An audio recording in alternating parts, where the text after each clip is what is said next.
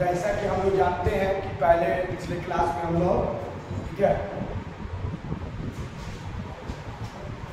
तो कैसे हैं हमारे प्यारे स्टूडेंट्स। तो पिछले क्लास में हम लोग जानते ही हैं कि इलेक्ट्रोकेमिस्ट्री हम लोग पढ़े थे और इलेक्ट्रोकेमिस्ट्री के विषय में जाने। इलेक्ट्रोकेमिस्ट्री का 2 से 3 पार्ट आप लोग के बीच में डाला हुआ है और ये आपका चौथा पार्ट जो है आप लोग के सामने उपस्थित है ना। हम पढ़ेंगे आप अकॉर्डिंग टू द डायडियल से, अकॉर्डिंग टू द डायडियल से, अकॉर्डिंग टू द डायडियल से लिखा है ई, है ना, ई CU2 प्लस से CU जाएगा और ई CU2 प्लस से CU जाएगा तो माइनस RT बटा में 12 इन 1 बटा में CU2 प्लस। अगर इसे सेल पोटेंशियल के हिसाब से दर्शाया जाएगा तो ई सेल माइनस में ई CU2 प्लस या CU से होता है और एक बराबर equal to E Zn2 plus से Zn तक जाता है। जैसा कि आप लोग जानते हैं रिएक्शन किधर से किधर जाता है। उसके बाद ई सेल बराबर में ई सेल माइनस RT बटा में 2 इधर Zn2 प्लस बटा में CU2 plus. Convert in the logarithm, अब इसे लॉगरिथम में रखा गया है तो लॉगरिथम में क्या हो गया, ई सेल बराबर में ई सेल, है ना, ई सेल बराबर में ई सेल नॉट कर देते हैं यहाँ पे, ई सेल नॉट माइनस में 0.059 बटा में 2 लॉग Zn2 प्लस बटा में CU2 प्लस। उसके बाद according to the nearest equation E cell बराबर ई सेल माइनस RT बटा में 2m इन द C के पावर में C, C के पावर में स्मॉल c, D के पावर में D, A के पावर में A और B के पावर में B। तो ये सभी इसका क्या दिखाता है, ये पावर दिखाता है, ये सभी के सभी इसमें क्या दिखाता है, इसका पावर दिखाता है, सभी के सभी इसमें क्या दिखाता है, पावर दिखाता है। यानी कि जो भी हमारे पास सेल आएंगे, हमारे पास जो भी सेल आएंगे उन पर जितना चार्ज रहेगा उन सभी चार्जों को इस प्रकार से लिखा जाएगा। जितना चार्ज रहे, चाहे 2 प्लस रहे 2 माइनस रहे, है ना, जो भी रहेगा इस प्रकार से हम लोग अकॉर्डिंग टू नियरेस्ट इक्वेशन में दर्शाते हैं। And what is the nearest equation, है ना, पता that the concentration of all the species involve, the species involved in the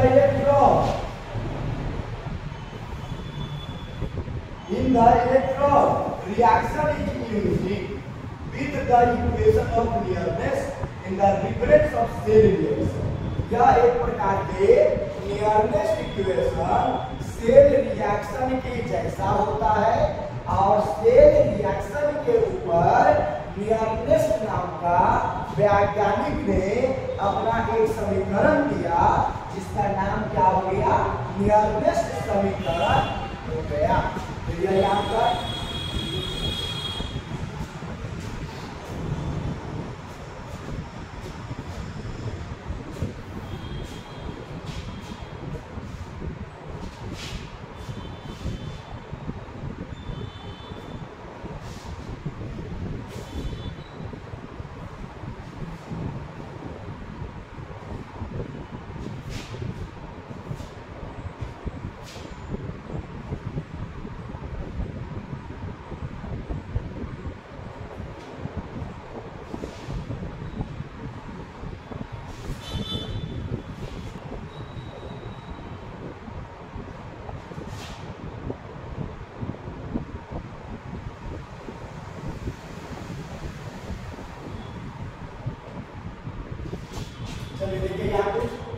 तो अभी हम लोग जाने थे कि नियरेस्ट इक्वेशन क्या होता है, बता दैट ऑल द कंसंट्रेशन, ठीक है, that all the concentration in the favour of या फर्नेस ऑफ द क्या सेल रिएक्शन।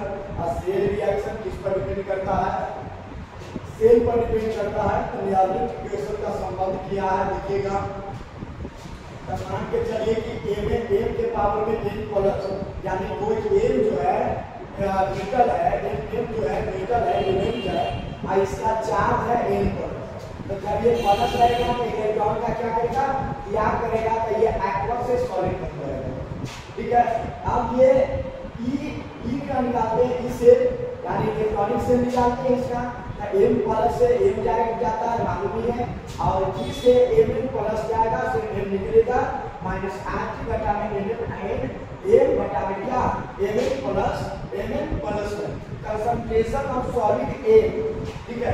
अब कंसंट्रेशन ऑफ सॉलिड m पर आ रहा है तो em प्लस बटा है ना by a equal to a e m के power n plus by m के पावर nm प्लस, यानी m का चार्ज जो है n प्लस है और mn प्लस से कहाँ जाएगा m तक जाएगा, तो माइनस में क्या r बटा में nm इन द 1 बटा में mn प्लस, क्लियर।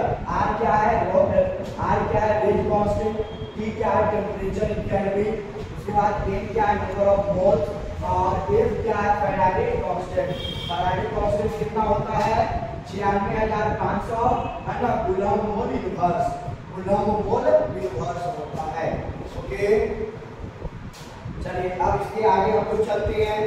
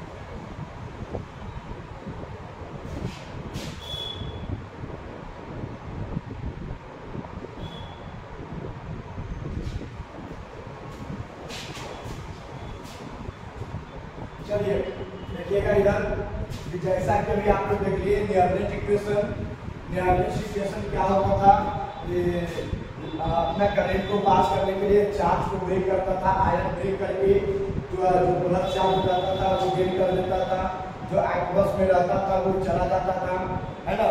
एक्वस में बन रहता था जो सॉलिड बन जाता था, जितना चार्ज रहता था उतना चार्ज को हम लोग निकाल लेते थे। अब आता है Gibbs energy of the reaction, ठीक है। Gibbs energy of the reaction यानी रिएक्शन से हमें किस प्रकार की अभिक्रिया मिल सकती है और किस प्रकार का एनर्जी, ठीक है। रिएक्शन से हमें किस प्रकार का एनर्जी मिल सकता है, तो कहता है यह electrical work done in 1 second is equal to electrical potential multiplied, यानी electrical work done in 1 second, 1 second में इलेक्ट्रिकल वर्क डन जितना काम करेगा is equal to electrical potential multiply, उतना ही इलेक्ट्रिकल पोटेंशियल से मल्टीप्लाई कर by the total charge pass, और उसमें कुल चार्ज टोटल एनर्जी पास कर दिया जाता है, यानी जितना उसका चार्ज है और चार्ज को निकाल कर जो एनर्जी बची है उसे पास कर दिया जाता है।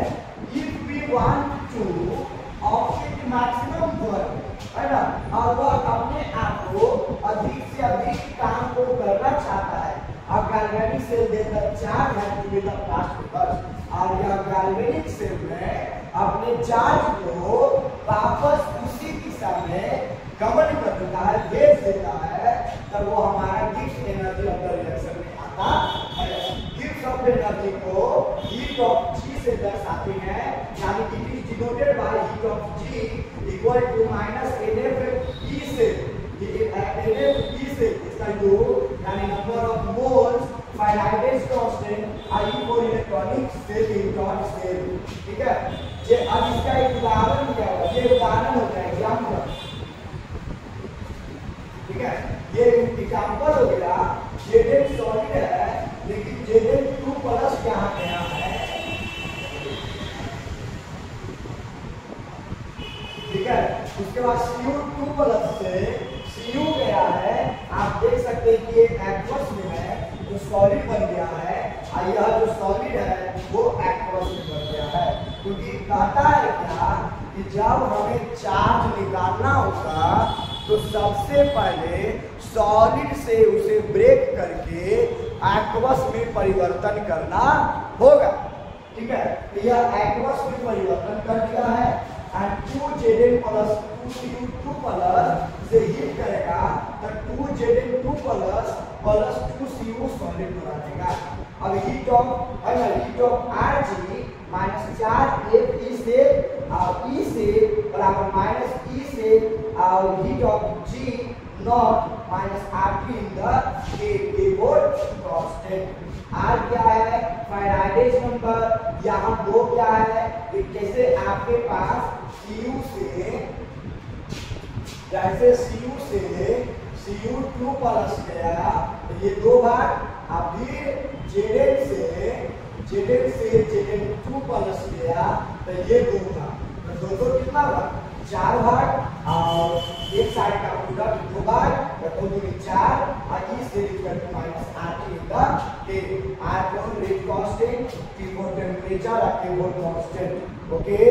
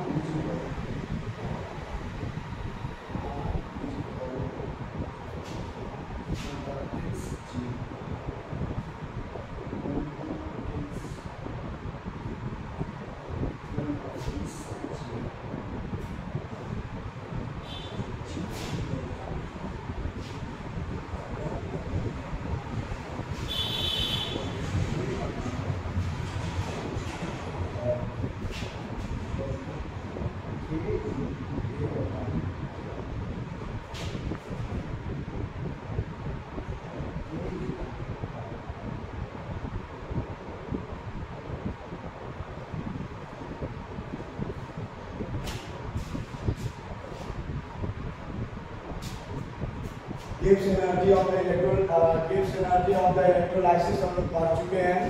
अब gives electrolysis of the energy, इसमें अपने एनर्जी को निकालता है तो वह कंडक्टेंस होता है। आज हम इसके बाद हम पढ़ेंगे कंडक्टेंस ऑफ इलेक्ट्रोलाइट सॉल्यूशन। कहता है the subject of the conductance of the electricity through the electrolytic solution, the electrical resistance is represented by the symbol of R and measured in the ohm। यानी कि इसे ओम से major किया जाता है और इसका सिंबल R होता है। R को रेजिस्टेंस होते हैं in which the terms of the SI basic is equal to the kg meter square and by S3A2। अब R equal to R directly proportional to A by A और R equal to B बटा में A बटा में A। A is equal to R में अधिक cross reaction, A is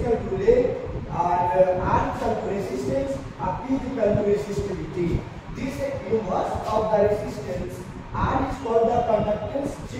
The G equal to 1 बटा में R और A 1 बटा में R equal to 1 बटा में K और K equal to में K बटा में क्या K बटा में L। तो इस प्रकार से K is known as the kappa, ठीक है। तो इस प्रकार से हमारा conductance of the electrolytic solution complete होता है और इसी कंप्लीट के साथ हम लोग यही तक करने देते हैं और इसके बाद हम लोग अगला सीखेंगे जिसमें रहेगा क्या according to the Faraday's law.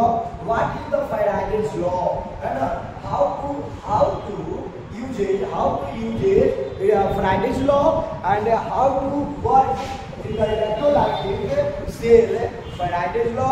What is the value of Faraday's law, and all questions answers and explain next classes by Vikas sir. Okay, that's all. Thank you.